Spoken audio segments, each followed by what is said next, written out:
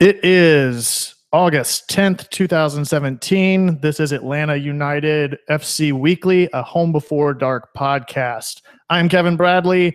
I am all alone in studio. I tried to get the webcam to look just at me, but for some reason, Google Hangouts is not letting me use the front-facing camera, and I need my computer to talk to you guys. Nonetheless, I've still got Dan James on the line. How's it going, Dan? Doing awesome. Maybe that's why the camera wasn't working, because you were trying to focus it on yourself. That's it. I just want the spotlight. I want the spotlight all to myself. Hopefully the live stream is working. This is, sounds like it's working. I know it's just going to have our icon on it. Just bear with us. Tim's not here. Everything falls apart whenever he's not. At least it seems like everything's working. I've got audio levels. Looks like it's broadcasting. It's just going to be the icon, like I said. We'll still talk to you guys, interact with you. And as always, talk Atlanta United. Coming off the Sporting KC game. Before that, we got housekeeping to do. We did get a new review. For some reason, though, either the person that left the review deleted it or iTunes deleted it. Nonetheless, I screen capped it because it was one of my favorite reviews that we've gotten so far. So I have it on my phone. I'm going to read it nonetheless. It kept the 5 stars, but the review went away. So the review is, "It's like crack for Atlanta United fans" by Andy Watkins 80. One of the best weekly shows for Atlanta United FC. Every episode feels like a group of people sitting in a bar, watching games, and talking about their favorite team, all the while having the knowledge to back it up. Tim does a spectacular job running the show, except for whenever he's in fucking Australia. Thanks, Tim.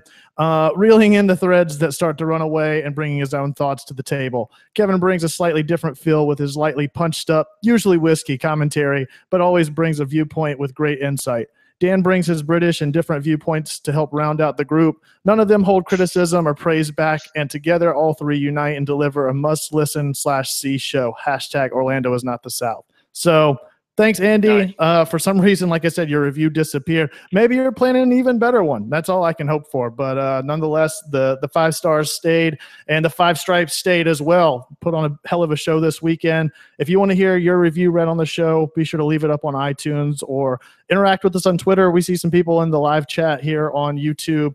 Again, for those that are coming in late, the webcam, for whatever reason, isn't really working, the front-facing camera.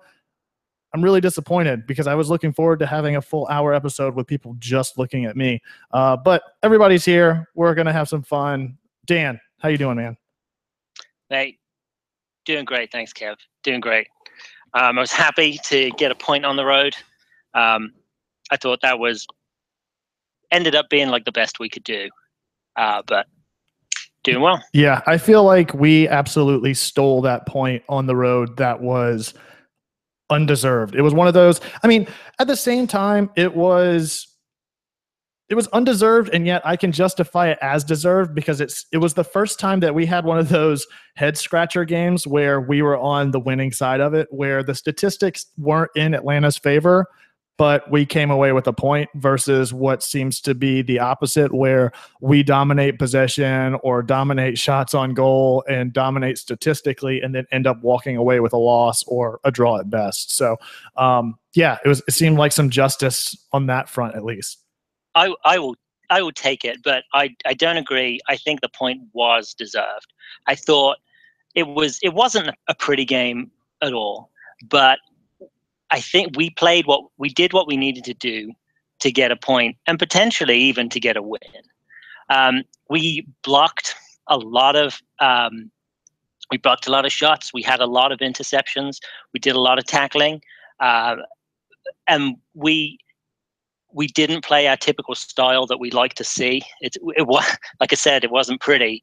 I want to see more Almiron on the ball, past cutting it out, taking on guys and just striking it in the back of the net, like he did against Houston. But we're not going to get that every week. And on the road, I really feel like this was a great point.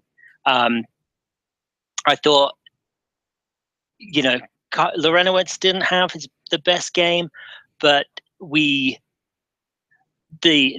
defensive effort and, quite frankly, what we did to just break up their play. And I remember getting pretty frustrated watching it with KC just having so much possession, but they got pretty frustrated as well, because there were a lot of times where Almiron was going in and just trying to press their defense. And what happened was they started to realize that they couldn't take, because we were harrying them so much in their own half, that they weren't able to play the ball out the back as much as they wanted to, like they usually do. So we did a lot of breaking up their play and frustrating them. Hence, there were only one goal on a soft penalty. Yeah, exactly. But at the same time, so last time we talked was during the All-Star game where we heard that Garza had gone down and we were speculating over whether or not he was actually going to be in. The thought was if he went down, and the reaction that we saw or heard about at the time, we were trying to anticipate whether or not he was going to be in going into this weekend's game. He was benched, and I think that that led to a lot of that frustration and why we saw even more lack of production up top by having Garza out. You just see how much we need him for up and down the pitch, you know, where people are having to recover. That said, I think Ambrose was not great at all. That was terrible. I mean, speaking defensively, I think across the line, and we can get into some of the specific moments throughout the game, but I think that Walks was consistently in position to make plays on defense and was my man of the match for Atlanta. I know a lot of people are going to give it to Jorah Mormont and Jacob Peterson, but his 3 minutes of play. Yeah, no kidding. Which was, I mean, how great was that, right? We talked about him potentially coming back, and he actually does come back against his former team, gets the equalizer in stoppage time. But, you know, for Walks to be stout on defense, we got LGP and Parker's back there, but Ambrose, you just see how much it's sort of a contrast to what we saw with Walks whenever he came in for Mears, right? Where he came in, he was doing the role in a different way that Mears was trying to do, where he isn't super efficient on the opponent side of the field, where his crosses are sometimes off target. He does get some in there, but his role is to be a defender, and he's consistently making defensive plays and being in position on defense, where Mears was trying to do everything and falling short on everything. And so with Garza, he does everything. And Ambrose just wasn't really I felt like he was stretching himself too thin in a very Mears-like role where he wasn't very efficient on any sort of aspect of the ball. And his penalty at the end of the game was a clear indicator of that, in my opinion. Yeah, I think so. There's two train of thoughts that I have with Ambrose. So my criticisms of him, it's like he had to take 1 or 2 seconds to process what was actually happening before he would do anything with the ball. And I felt like I remember in the second half when there was I can't remember who crossed it into the box, but he was just standing there. The ball bounced at his feet. He was on the 6-yard box, and he froze. And by that time, one of the defenders had come and taken it away and was whisking it up the field. Oh, that's what he had to run back, and he had to pull the yellow card at that point in time. But he was. So my other thing is Greg Garza fits in Martino's system better than any player that we have. He's probably, I mean, granted, he did manage Barcelona and Argentina, but Garza is probably one of the best players to ever fit a Martino system. So we're kind of comparing a really gold standard to Mikey Ambrose, who this is his first game, MLS game anyway. I know he played in the Open Cup, so I feel it's a little bit unfair.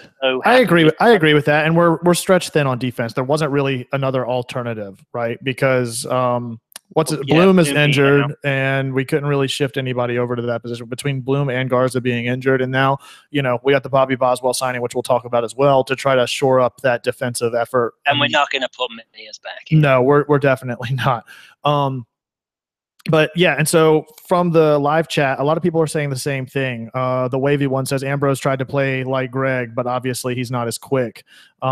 Yeah, so Steve Orbaugh mentions, what about the number of yellow cards? Didn't look like it, but we have to have a number of players close to 5 yellows. Yeah, I agree with that.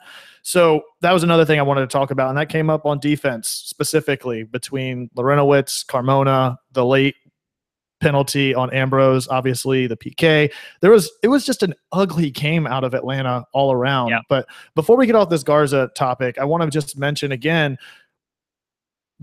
to your point about him fitting into Tata's system, I think that's evident in that how much his play affects every other player up top. Like, again, where you're talking about a player that's a defensive player affecting the offense, where without Garza up there, you see a lack of production from Assad. You see a lack. I mean, Villalba's on an island the entire game because Assad's having to play more laterally than he's used to. Ambrose is all over the place. You've got Walks and Gressel making some runs up on the right side. I still thought Gressel had an ultimately mediocre game. He does have one really great shot on goal, but for most part, he was relatively silent. But all of the playmaking was on that right wing. And once Sporting KC was privy to that, they just shut everything down, outside of the random goal at the end, which we just got very fortunate on. But with Garza out, you see players having to shift. Some would say fortunate. Yeah, exactly. We talk about it later. Sorry. I shouldn't interrupt. But yeah, so I think Garza out. The bright side of this is our update says he's out for 7 to 10 days. Latest interview with Tata says he's optimistic to have both Martinez and Garza back going into the DC United game. So that's great. Yeah. I'm hopeful about that. So our regular thing, and maybe I got the yellow card stats pulled up. What was it? It was 5 total for the game, right? Are you going to talk about individual players and what everybody's sitting on right now? Yeah, I think it was for the game 1, 2, 3, 4, 5. Yep. So the game. So we got Larentowicz, Carmona, Perez, Assad, shockingly, and Ambrose got one. So the yellow card, 5 card tightrope. So Assad may have pulled it. He's got 5 yellow cards. Gressel's on 4, Parkhurst's on 4, and Almiron's on 4. And then it's Can and Villalba on 3. Garza, Martinez have 2. Walks, Vasquez, Gratz, Ambrose, and Mias have 1.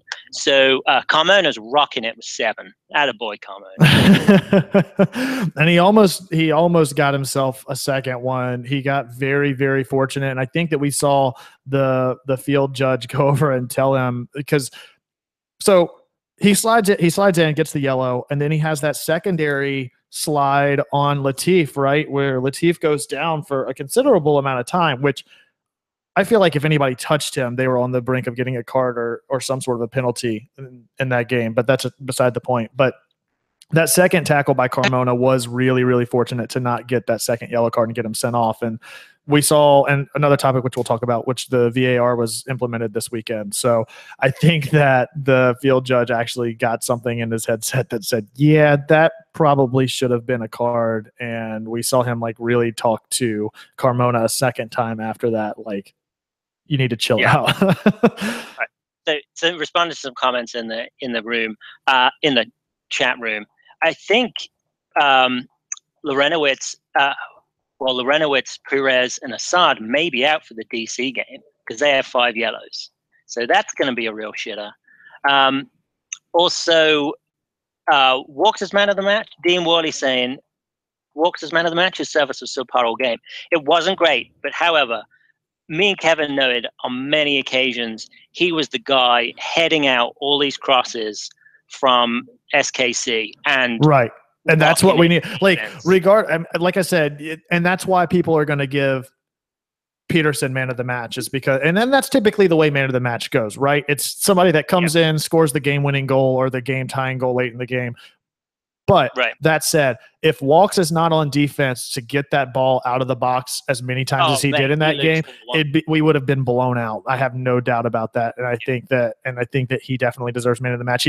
I agree on offense, and that's one of the points I did make, is that I wish that he's clearly shored up well on defense, and he's proven himself capable, and he's proven himself capable in getting in position on the offensive side of the ball. What he hasn't been able to prove to do consistently, and what Garza can do, is deliver crosses across the box that frees up Gressel to make moves on offense. And so we see a lot of the back and forth, but then ultimately the final delivery from Walks is wildly off target. He does have one cross that leads to the Villalba header that goes off target, but other than that, I give it to you. He wasn't that stellar on offense, but his performance on defense alone, his clean ability to play, which nobody else was able to do, it seemed like, against Sporting KC, and the fact that he was consistently in position to make a play on defense, I think he gets man of the match for me. Yeah, I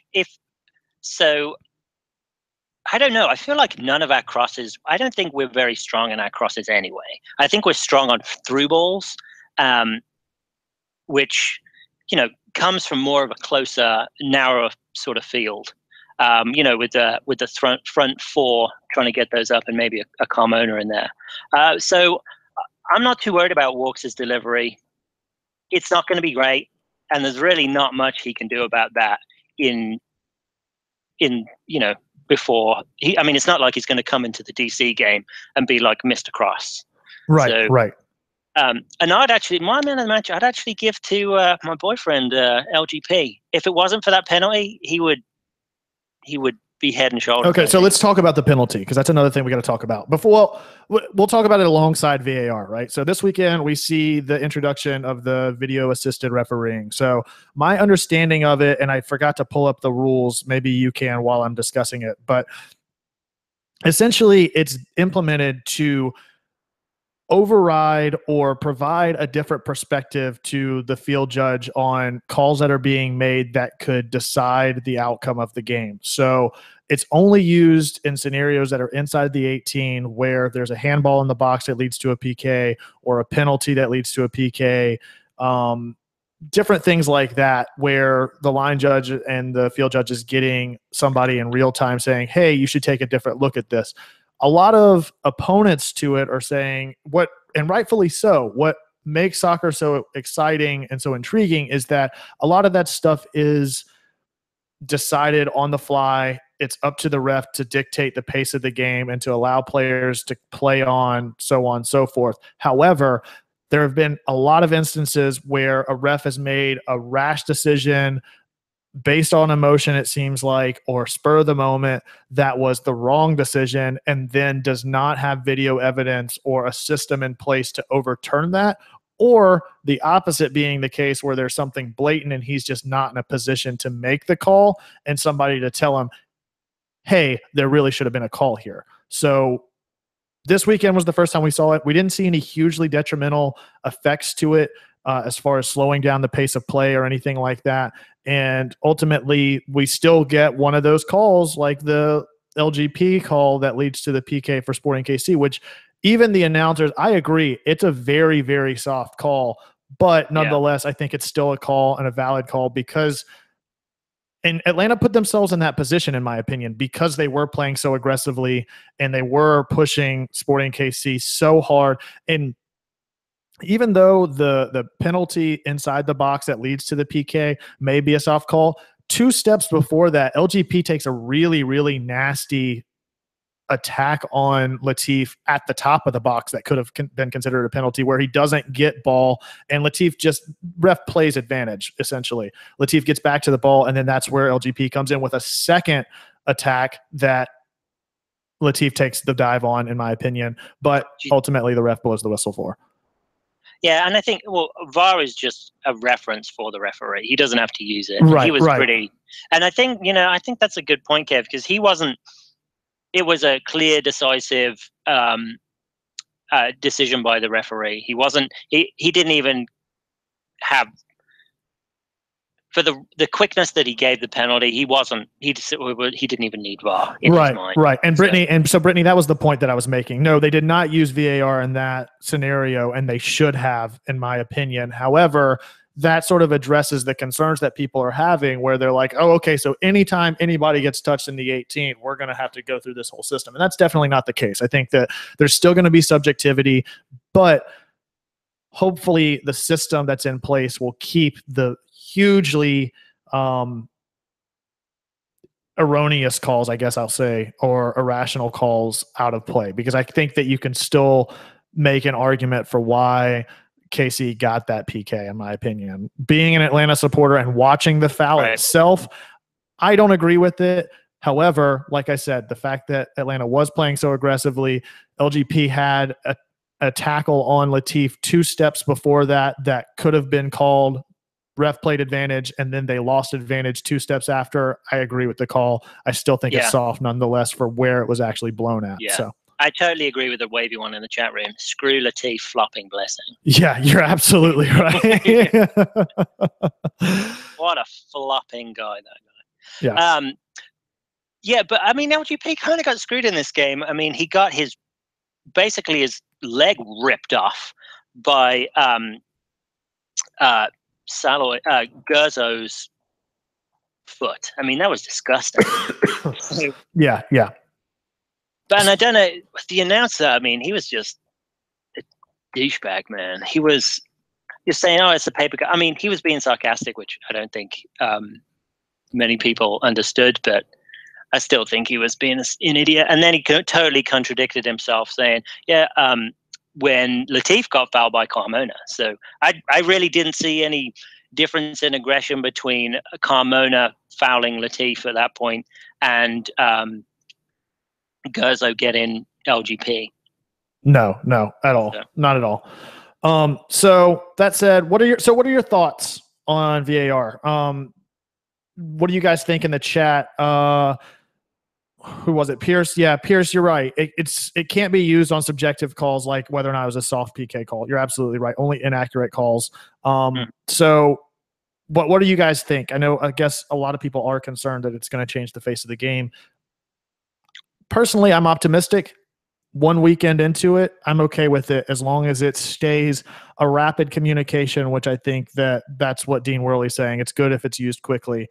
Kevin Brown says it seems to work. What are your thoughts, Dan? So as long as we're not talking about it, I'm totally fine. And I felt like this weekend, it didn't really affect much at all. I think there was one game. I want to say NYCFC game, I think is what it was used in. When some guy scored and then they reviewed it and decided he was like a mile offside, and he'd already celebrated his goal. Yeah, that's another one where we could have used that a couple of times this season against Portland specifically. That's what I was worried about. When Peterson scored and we were going nuts, he didn't celebrate the goal, and there was part of me at the corner of my eye watching the TV like, oh my God! I don't know how you're watching whenever we were jumping up and down and hugging like schoolgirls at my house. Yeah, no, I agree. And I think that offsides is the big one for me, that if that system helps cut down on the goals that are scored by offsides that the line judge just happened to miss, that's a big one for me, in my opinion. So everybody else seems to agree. Pierce Hicks says, over seasons, it'll get better. I completely agree. The wavy one says it works, but it'll be disappointing if and when we get screwed over. Not when, it will happen. Yeah, when we get screwed, I am going to be the most anti-bar person on the planet. I realize that I'm a massive hypocrite, but yes, it will be so frustrating. Yeah. But, kudos to the MLS. Like, I believe this was the first league that used the disappearing spray. And they seem to take these new technologies, they're so welcoming to them, which is actually something I really respect. So I remember whenever they started doing the disappearing spray, that was in the World Cup in South Africa, I think was the first time they used that. And I just remember all the announcers being like, what is this nonsense? What is this Gillette shaving cream all over the field? Blah, blah, blah, blah, blah. You heard everything in the book. So.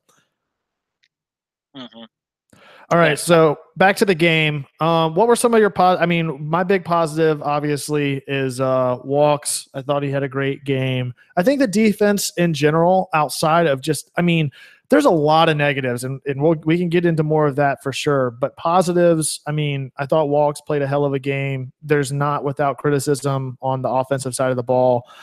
Defense, I thought Michael Parkhurst had a hell of a game. Yeah, he did. There wasn't really a whole lot of testing of Guzan still. I mean, he had one or two saves. I think that low shot that came in that he scooped up, which I thought for sure if that ball goes on target, we're definitely in trouble. So they didn't really test him, which was surprising since everyone was saying that this is going to be game of the week, and they see such a good team. They didn't really have that many shots. Well, actually, no, they had 14 shots, but there was only 2 saves. Statistically, they definitely dominated. And like I said, there's a lot more negatives to be said than positives in this game, at least statistically and just analytically about the way the game was handled. And we can dive into that as well. But I'd be remiss if we didn't at least say some positive things. I try to live my life on the up and up. So what were some positives for you, Dan? We played a different type of game. And we got a draw with that. I was actually pretty impressed that we were managed to grind out those results. We played a more of a defensive game. And one thing that I thought was interesting that I hadn't noticed before, that we're pretty stretchy, meaning that when we are in our own half, we will retract. And we will stack guys behind the ball. But when the ball gets into the opponent's half, we will stream like 5-6 guys forward. Yeah. But we will do it at pace. Yes. Which I hadn't noticed before, but I thought that was really interesting. Because usually, we've seen a lot of where, particularly in the last probably 5-10 minutes. Well, it was probably the last 30 minutes of the Orlando game where we just had all the ball. They were stacked in their final third, and we were just passing it laterally up and back and forth across the field, which is kind of what we're used to seeing when we're playing a lot of these teams. But so to that point, and that's one of my negatives, I guess, in a lot of ways, is so this tiki-taka style play where we're making a lot of passes, it's contingent upon making good, clean, consistent passes that move the ball down the field. And that's what we talked about with some of our frustrations during the down stretch for Atlanta this season, where they were completing the passes, but they weren't really moving the ball upfield. And looking at the actual passing accuracy for this game, Atlanta sits at 75% total, just under Sporting KC, which was just shy of 80%. But in the final third of the field, their passing accuracy drops to below 60%. Exactly. And we get a whole bunch. We got 14 blocks to their 8. And exactly. We had 23 interceptions, 28 tackles. We managed to get them to lose possession 21 times. So we actually did a really good job of breaking up their play. Again, it's not pretty to watch, but that was a positive for me. Well, I think part of the reason why we were able to break up their play is because we ended up with 20 fouls. That's the other thing. Like, so I'm surprised we only had 5 cards, to be honest, because we literally had 20 fouls over the course of that game, which is just an ugly statistic. I hate to see this team, and you posted that this week, where Atlanta United, I think, is second in the league in yellow cards right now. Is that right? Yep. Yeah, I mean, that's just not a statistic that I'm proud of, and you put your team and players in a position to potentially have to sit because of getting those. So it was just an ugly game, man. So back to some of the live chat. Pierce Hicks says Vasquez over WrestleMania. Let's have this discussion. I don't know if we've had it, and I want to flesh it out at this point, because this is a discussion that we have whenever we talk about who's going to be in, who's not going to be in week in and week out. And we've talked about who should start. But over the course of 90 minutes, I do not think that Vasquez is a better player for a full 90 minutes than Gressel is. And I think it's because of the longevity of his body type. And I'm just so hesitant and cautious to put him in for 90 minutes. I think he's great as a substitution, but we saw the exact same thing out of Kenwyne Jones, where those big body players are just unable to run this style of offense for a full 90 minutes that is required of them. And with that fast counterattack, we're requiring and requesting Gressel to be a center attacking mid as well as a forward in a lot of cases. And that back and forth just wears players down. And those big frames just cannot maintain that speed and intensity to draw the defenders off. Whenever they come in late in the game for 20, maybe 30 minutes, absolutely, they're in that position to pull defenders off. We saw that with Vasquez. We saw that with Kenwyne Jones whenever he was coming in late in the game. However, what you're not going to see is that ability over 90 minutes. I just don't buy it, and I didn't see that with Kenwyne. I was super psyched because whenever he was in, he was productive, but I don't see that coming in and lasting and being sustainable for 90 minutes because what you're going to see is the counterattack's going to happen, and then Vasquez isn't going to be in position. And I understand he's 18 years old. He should have the physical ability to move it. It's just logically and physically, I don't see that taking place. I don't think Vasquez is as slow as Kenwyne Jones. I mean, Vasquez is 18, Jones is 32. I think I think the only similarity you have is that they're tall. And I think Vasquez is pretty quick. He was in, I remember the Real Salt Lake game, he was able to outrun his defender to slot it in. Also, I don't think that he's slow. Don't get me wrong. I don't think he's slow. My concern with those players, especially in this offensive play system where he's not going to stay at the top the entire time. We require all of our players to move so much, and that counter is so quick that I agree he's quick, but I don't know that he has the stamina or ability to maintain that for 90 minutes. You know what I mean?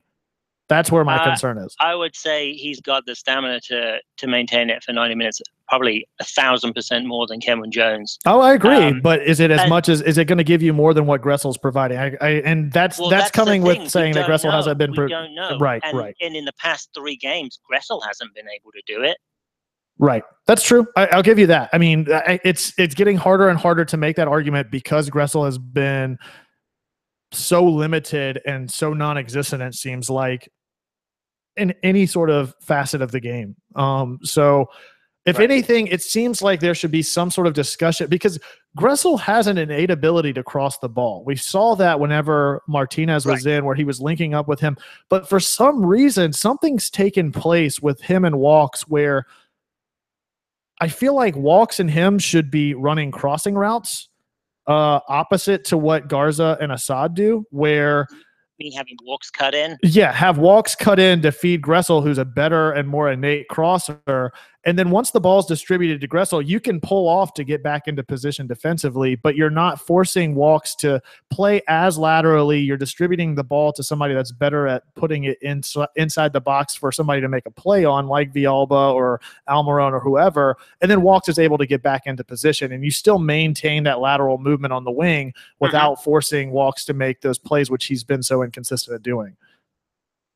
See, because I mean, Gressel is right-footed and he's playing on the right, so he's more inclined to cross it over rather than the opposite of Assad. And that's what we talked about, is like he just has a touch where those crosses that he was making was like he wasn't even looking across the field to see if anybody was there and to make sure it was on target. He just has a natural feel for where the ball needs to be and knows where players are going to be making runs, whereas Walks is a little bit more hesitant. He's cutting the ball back to make that cross. And that was the thing that I got most frustrated about out of Walks this week was whereas Gressel will make the cross in pace and in stride with the rest of the offense charging forward, Walks is one of those players. And you see that with young players where they're hesitant to make a play in stride or make a touch on the ball in stride. And so he was constantly stopping the pace of play to set up to make the cross. And what that does is it forces Villalba and the rest of the offense to be making a run and then have to stop to come back to be back on sides and then start all over again. And that start and stop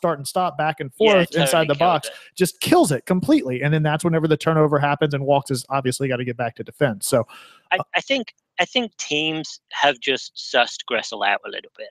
I mean, he comes into the league, starts off right on fire, but I think there's a book on him now, so teams are able to figure out what he's going to do, what his tendencies are, so they can close him down. And plus, I mean, he's a rookie, so he doesn't have as much experience. So he doesn't have. I mean, I think he has got so much potential, and he could be a superstar on this team in like a couple of years, just when he gets that veteran knowledge, which he doesn't quite have right now. And to your point, I think he is. They're less inclined. They are going to be a little bit more hesitant, especially in the type of game that we play.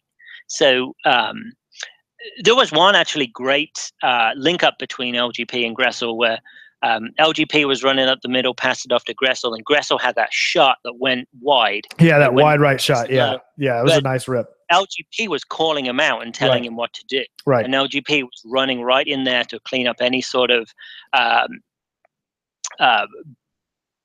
rebounds or anything. But if that shot had been on target, I think LGP could have got a goal there. I agree. But I mean, I would swap them. I would start Vasquez and put Gressel on the bench. And if it's not working out, then you can always sub. Right. So, and we saw that happen with Gressel, right? Where we benched him for a couple of weeks. He comes back and he plays on fire. Now he seems to be regressing a little bit. And that's what some of the live chat's saying. Pierce Hicks says, it's a bit of a conundrum. Since Vasquez is so good off the bench, we want to keep it that way. He played a great 90 minutes in the cup. Oh, you guys are talking too much. The chat keeps going away. Gressel loses the ball too often, is not dangerous. Brittany S saying Gressel is regressing a bit, not sure about him. And Pierce Hicks says Brandon hasn't had the opportunity in the league to show whether he can do it or not. Gressel's been anonymous in 3 matches. So to your point, Dan, I don't disagree. What I think sucks is that, yes, and Dean Worley notes it, exactly what I was about to say, that with Martinez returning, it helps get Gressel back into play. Just because I feel like Villalba isn't running left to right across the field as much as we see Martinez running back and forth. And so that, like, it seems like Villalba and Almiron don't have the same crossing routes as Martinez and Almiron do. You know what I mean? Where they're constantly like, you see Martinez helping Almiron, and it's just so conflicting right now. So whenever Garza goes away, it limits Assad's ability to distribute to Almiron and or Villalba. So that takes that away. And then but the thing is, Martinez takes 2 defenders with him. Exactly. That too. So maybe it will. I still don't. I'm not convinced that is going to solve Gressel's form to storm in from the wing. Hey, Tim's in the live chat. He's in the airport out in Sydney right now, or somewhere out there in the what is it? Somewhere out in Australia. What's the term for the outdoors out in Australia? The outback. The outback. That's it. The outdoors. The wavy one, Carlton is not going to be coming in. No, I don't see that happening. I don't think unless, I mean, I just don't see him on the bench for the rest of the season. But I mean, maybe he might make the bench in September, but we just got to be really careful with him. I think we're going to see a lot of different faces in September. So to that point, any other final remarks on the game? We saw another positive note saying we got a point on the road. I agree with that. That's probably the biggest positive out of this game is that we come away with a point. We're still sitting in 5th, which we learned something new. I thought that goal differential was the first tiebreaker, but its actual wins is the tiebreaker. So that's why we're sitting below New York Red Bulls right now, because we have a higher goal differential, but they have one more win than we do. So that's right. All right. So Tim was just saying, be perfect time to experiment with Gosling and Carlton in September in the home stretch. I agree. The thing is, we're gonna be in a playoff race at that point. I don't think that's time to be experimenting. All right, so we're going to get into September because we just picked up a signing. We're going to talk about the MLS transfer window. Before we jump ship, though, I just want to make sure. Again, I can't state it enough. I mean, I'm proud as hell of our boys. The thing is that's interesting is that everybody struggles to get points on the road, and we're second highest goal points scored on the road right now, lower than Sporting KC, who's got 17 points on the road, and we're sitting at 16. So ugly game for sure, and there's still things to be worked out. That said, without having Garza, still without Martinez, I think we showed up. We got the point that we needed to get. We're still in good standing and moving into September. Any other closing thoughts, Dan? No, not really. I was really proud of my team. I think we played against one of the better teams in the league, and we played them well. We eliminated. Plus, apparently, Beasler and Opara, according to the commentators, two of the best centre back pairing in the league. And Vasquez fought off both of them to head it over to Peterson for a goal. So, what you gonna do? I feel that's pretty good. I did have one last positive. Lorenowitz with the worm burner to almost get a goal that shoots under the wall. That was awesome. Mears is always man of the match as long as he's not in the match, is my opinion. Waving one. So going into September, we got the home stretch of games. We saw the transfer window this week, which brought a new signing in Bobby Boswell from DC United. I don't know what really took place. I couldn't find anything. His salary was scheduled to be $260K this year from DCU, and a lot of people are saying that I guess DC is going to be paying the bulk of that, but I could not find how much they're paying and how much we're paying. Nonetheless, we're getting in a veteran that's played 365 games or 365 games in the MLS, like third longest starting streak in MLS at like 360 games. What are your thoughts on the signing, Dan? He's obviously an older player. I think he's 34, something like that. 260 is what he was supposed to make the rest of this year. Go ahead. We end up just picking that up. They won't release the details for a long time, but I really like the signing. So I tweeted at some of the guys who do the Filibuster podcast, just asking them, like, what's the deal with him? Yeah, and he had a huge was a huge factor in, believe in the 2014 campaign that they had. Yeah. He's a great presence in the locker room. He's a leader. He is hasn't started as many games this season because he's a little older. He's not as quick. But they said if you pair him with someone who's athletic and quick, like an LGP, he'll do really well. I think he's fantastic depth for Parkhurst. And having that veteran presence that just like Parkhurst gives us is going to be really positive for us. Great depth for the center back. Didn't see it coming because I guess Miles Robinson's just isn't ready. Zach Lloyd has gone onto the injured reserve list now, which freed up the spot for Boswell to come in. Anton Walks, we shifted to right back, which leaves us with Parkhurst, LGP, and that's all our center backs. Exactly. So that's why I agree with it. And a lot of people, Dean Worley included in the live chat, saying he's not a fan of them because they go against our team's narrative of young, talented players. I agree. What I don't can't just have a team of young players, though. You have to have the veterans. Exactly. And I don't, and he's not going to come in for a 5-year contract. I think that he's a strategic signing to get us through September and into the playoffs. And I think that he has the ability to do so based on our lack of depth where we need it most and where he's going to be coming in at, where we're constantly talking, all right, what happened? Like, we see what happens whenever Martinez is out. That's one thing, right? Now, whenever you've got Martinez and Garza out, we see what happens then. Now start thinking about what happens whenever Parkhurst or Lorenowitz goes out, which have played 20 games respectively. Those two players alone and LGP in that midfield, it falls apart. And having somebody that's experienced, especially, look, I want to talk short term. We're going into DC United, who's got 6 points against, or 6 points that they've taken from us. At the bottom of the conference standings, I made the joke on Twitter, Bobby Boswell is like second in the lead right now, or leads the league in own goals or something like that, with 3 goals against DC United. At least we got somebody that can score against DC United now. So I'm looking forward to that. But I think that him providing a veteran presence on defense gives us some more depth, because we know that Bloom's out. At least having Peterson back opens up a little bit more of that play. I think that he's a little bit more of a center attacking mid, though, than defensive mid. So I don't see that it's a negative sign. I've only seen for 115 minutes. Exactly. I think we need more depth where we've signed him at. And I think that it's a good strategic signing, especially if we're getting him cheap and it gives us a little bit more depth in the spots that we need them. And not just depth, but experience and a veteran that can help command that midfield and make sure that Walks is distributing the ball as needed, or, you know, whoever else in that midfield.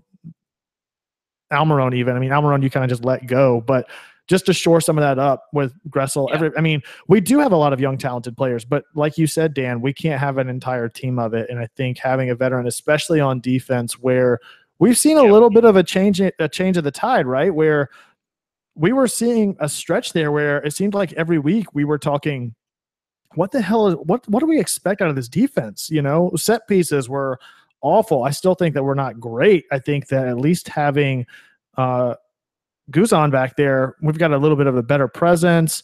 Walk seems to be showing up big for us in set pieces. Kevin, did everybody hear that? Kevin said Guzan. I've made the switch. After the first game, I made the switch. But I think that we've at least gotten a little bit better on set pieces, and our defense is great. That said, we need to make sure that we have depth to keep it that way. And I think a veteran definitely makes sure that we're in a position to do so. So, yeah, I didn't actually mind that Chris McCann subbing in this game for a little bit. I thought he was actually pretty solid when he came in for the 3 minutes that he came in. But yeah, I think you've got to just have that right balance between the veterans and the young guns, especially for the central defender role. I mean, obviously your keeper is usually the oldest person on the team, and then the center backs are usually either as old as the keeper or just a bit younger. So I'm not worried. There's potential that Boswell may come back for next season, but I mean, we have no idea. Right. I think it's a great strategic sign. I think that for this is the first time we've seen moves because it's the first year for the team in the trade window, and I still don't know what's up with Pam, Cam, Tam, and Dam, or whatever the fuck we got to do for money. But I know that we traded our international spot to, what was it, San Jose? Is that right? Or San Francisco? One of the California teams for $75K, basically, so that they could pick up another signing. Of TAM, and we get that international spot back at the end of the season. Right, which we're not using it, which again goes back to, all right, so Kratz gets his green card, Kenwin gets his green card. That's just great management. Like, that's just $75K of free money. You know, that's really, really good strategic playmaking by the front office. And I think that the Boswell signing is another one of those. I mean, I don't know if you guys know this, but he was on Nickelodeon's Guts. Like, he climbed the Agro Krag. I'd say no more. Like, I'm on board with this guy before I've even seen him play. I mean, I just hope I've seen a picture of him with this trophy with an armadillo with a sheriff's outfit on, and clearly he has the Guts Agro Krag trophy. All he needs is an MLS Cup trophy to hoist to complete the set, in my opinion. I'll take the physical challenge. Yeah. So I think it's a great signing. I'm psyched about what all happened. Zach Lloyd was the other news. He officially goes on the injured player list, so he's out for the rest of the season, which I think most of us saw that coming. So, he's out for the rest of the season now. I'm hoping something comes back. I hope Lloyd is able to come back next year. I loved seeing him for the first half against Charleston Battery. But of course, with concussions, you just never can tell. So it could be it for him. But if they're putting him on injured reserve rather than just cutting him or something, then there's obviously that they see some potential there still. So right. All right, so moving on to DCU. That's our next game. We got a 2-week break, which is good considering that DC United's schedule is looking like they have a pretty tough little stretch coming up, I believe. Let's see. I got their schedule pulled up here now. Prepared without Tim here. I had to not only drink and provide my own shenanigans, I had to pick up his slack as well. So they've got Real Salt Lake this weekend. Not that crazy. But then they go on the road to Colorado on the 19th, and then they turn around. 3 points at home. Yeah, and then they turn around and come back on the 23rd here. So, or no, and then we go there. Sorry, we go in there. Yeah. So we got 2 weeks off to hopefully get. I mean, again, we find Atlanta in this position to where we got a signee coming in ready to play with 2 weeks to get acclimated with the team. We've got 2 players that are injured. We come off a game on the road where we snag a point, and they've got time to get healthy and get ready to go. I think we're in a good position. I mean, DC United has a really big signing, and they actually made a lot of moves in their trade. They picked up Paul Areola from Tijuana. So they pick him up, who's ready to play immediately. And I think they signed 4 players, I believe, in trade. Aside from him, he was the biggest one that I recognize. Bruno Miranda, who's an attacker, Zoltan Stiebler, who has an incredible first name. And Russell, right? Midfield, Russell Canoes. Yeah. So I know nothing about any of them, but obviously they pick up a lot, which they need it. I mean, they're sitting at the bottom of the standings. We'll see. They've had our number. So, I mean, I'm not going to say it's going to help them against us because I don't think that they needed much help on that front. Well, so. plus now Areola's got 2 games to bed in with DC before they face us. So, and their games, they've got RSL and the Rapids. So before we move on, I don't want to close the door on Bobby Boswell because a lot of people are still, and rightfully so, concerned. So I actually pulled up some news and stats on him about why we could really use him and what that veteran ability and stance brings to his position on the team. Since joining DC or rejoining, I should say, in 2014, he leads the defenders in appearances in 108. He leads in all of these categories, I should start and say. Leads defenders in appearances with 108, blocks with 64, interceptions with 247, and he's second on the team in aerial challenges with 383 and aerials won with 207. Again, talking about our needs in the midfield and somebody to really step up and distribute from the defending half to the attacking portion of that midfield, and what Lorenowitz brings with his experience and his ability in the midfield. I can see Bobby pulling in the exact same way and let Lorenowitz get some much needed time to rest and be healthy as we move towards playoffs, because that's what we're going to need. Is we need some depth, and we need to get these players through September. With that slate of games that we have, I think we've got 7 games into September. It's going to be tough, and we're going to see a lot of new faces. I think to answer some of the guys' questions about what do we do about getting Carlton in and stuff like that, I think it's going to be very much what we saw with the Cup games, where we're going to see some faces get rotated in and out that we maybe aren't used to seeing. Luckily, Martinez should be well rested at this point, right? So hopefully we'll see a lot of him, and if we can get Garza healthy and getting Bobby in there and stuff like that, I'm psyched, man. I think it's a great hire. And again, if we're not paying much for him, I think he's going to bring Atlanta exactly what they need in the depth that they're lacking. So, yeah, I'm really excited to see him. Can't wait to see number 12 rocking on the field. Yeah, no kidding. So yeah, we've got 2-week break. I don't know what we're going to do for the show next week. Maybe we'll talk a little bit more. Oh, wow. Live chat's kind of blowing up here. Let's see what all we got. Yeah, instant fans of guts contestant. Absolutely, Kevin. If DC has to face Joseph, they'll be destroyed. I agree. Can we finally beat the worst team in the league? Yes, let's fucking hope so. We lost 2-1 last time with Joseph. Dean Worley reminds everyone. Yeah, he didn't start, Kevin. Good point. And he did almost tie with that free kick. I remember that. We'll see what happens. I think. Plus, if he was subbed in, he was still coming off that injury. Yeah.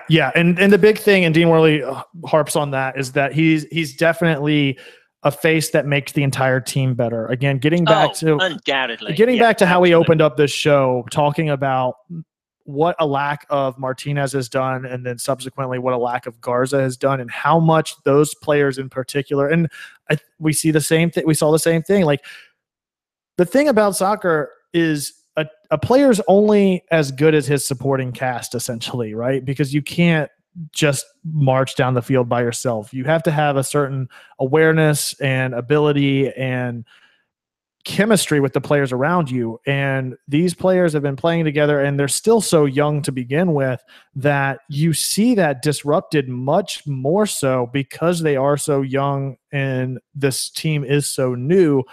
Whenever you're pulling people like Martinez out, that's one thing. But then whenever you pull Garza out, that's a completely different thing. And what I hope that Bobby brings is whenever we have to, based on just physical limitations, pull out Lorenowitz or Parkhurst or whoever, that can continue to go.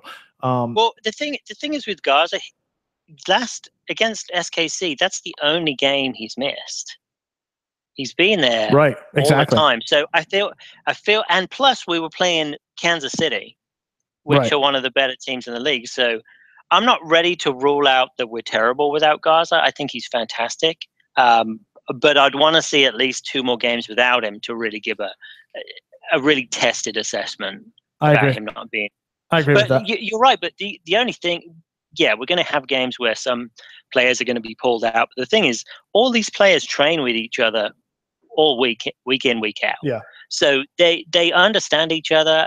I mean, as much as they can. I know an actual MLS game is different to training, obviously, but they're gonna know each other. They're gonna have some knowledge about their tendencies, and the chemistry within the team is built with those other peripheral players as well. So it's difficult. I mean, for instance, look at the game against Miami FC, Charleston Battery. That was a huge, a slew of different players came in, and we still played awesome against Miami FC, which I feel like they're more or less an MLS team anyway. Right. So, all right, talking about the DC game, what is I think my gut says we'll get our full starting 11. We'll see Martinez back. We'll put Gressel over on the wing. We'll probably put Villalba over on the wing, bench Gressel. Get Garza back. Start Bobby. That's what my question was going to be. Do we start Bobby? Apparently he's pissed over the way the transfer went down. He's got a chip on his shoulder. I am inclined to say we give him the start out the gate against. I think that gives him the chance to really step up early and often against his former team. I mean, out the gate, he has an awareness of that offense that I think we could definitely use. And we're in a position where every point counts. I mean, we talked about how tight the race is in the East right now. I hope we start him. I really do. If we don't start him, he's going to be on the bench. Just depending on. I mean, the thing is, if you start him, who do you sit? Parkhurst or Perez? Or do you sit somebody else? I would sit Lorenowitz. Who would you play in Lorenowitz's role? Probably LGP, because he keeps moving up so much anyway. Oh, I like that. I like that a lot. Yeah. So I don't know. We'll see. If nothing else, I think he at least gets subbed on in that game. At the very least, I think he gets subbed on. Yeah. So, all right. I think he would go in for Parkhurst, but I would love to see LGP in one of those defending central mid roles. I mean, I say that, but then at the same time, and that was what was also frustrating about this week, is like LGP is great on our 50, but as soon as he gets to the 50-yard line, it's like, all right, get rid of it. Don't run into 2 defenders. Like, you just run straight into them, and then you're out of position. Like, he doesn't have, I don't know. He just seems so inconsistent with distributing the ball once he gets across midfield. That gives me some worry with him being in that center mid position. So I guess Kevin Brown is saying LGP is out. So I'm assuming it's from a yellow card. Oh, okay. All right. Well, there's your sub then. So it'd be interesting. I'm excited, man. I can't wait. Next weekend, we got our tour of the bins, so that'll be fun. Did you see the pictures of the goals that they've put up? Kevin, what is going on? What's going on? What do you mean? Are you breaking up? Next weekend, we got our tour of the bins. I'm sounding fine. It must be Dan's. Sorry, guys. I think I'm losing Dan. Anyway. Yep, that was me. My bad. Sorry. It's all good. So, next week we got our tour of the bins. Did you see the goals that they put up? Yeah, the red and black stripes. They look so awesome, especially looking out on the Falcons seating at the end. Yeah, it'll be exciting. So yeah, cannot wait to get in there, and I think they're going to do a whole like first team practice in there and everything. So I'm definitely looking forward to that. Are any of you guys going to that? I know a good bit of the listeners are season ticket holders. Hopefully we can do a little meetup or something. Maybe do a like podcast meetup with everybody out there for that. That'll be fun. So it'll be early enough in the day. Hopefully we'll all be relatively sober, but I won't make any promises. That's my birthday, by the way, so I'm really psyched. Really? Yeah. So I can start drinking early. I have an excuse. So yeah, I'm super psyched, man. We got a 2-week break. We got to talk to Tim whenever he gets back. He gets back Sunday. Sorry again about the video feed on YouTube. For those listening on iTunes, you don't care anyway. Nonetheless, whoever and however you found us, be sure to leave us 5 stars and or a review on whatever platform you're viewing us or listening to us on. Dan, we did it. I did it. You did it, Kevin. I just messed it up at the end there. You did it. I was so close and you ruined it. I did. Just bringing it down all the time. So, yeah. Thanks for checking us out, guys. You can find all of us on the internet. Dan, where can they find you at? You can find me at DNJMS. You can find me as well at The Architect. That's at _ARC, the number 1 TECT. If you want to find Tim and ask how Australia's going, he actually met up with a Sydney supporters group while he was out there. He's got some thoughts and comments on that. I'm sure we'll hear whenever we get him back, maybe next week. I don't know. You can follow him at his name. That's at Tim Herb. You can follow us all collectively at Home Before Dark. That's before spelled B and the number 4. We love the hell out of you guys. Thanks for tuning in. Thanks for listening or finding us however you did. Be sure to tell a friend. As always, be home before dark. Peace.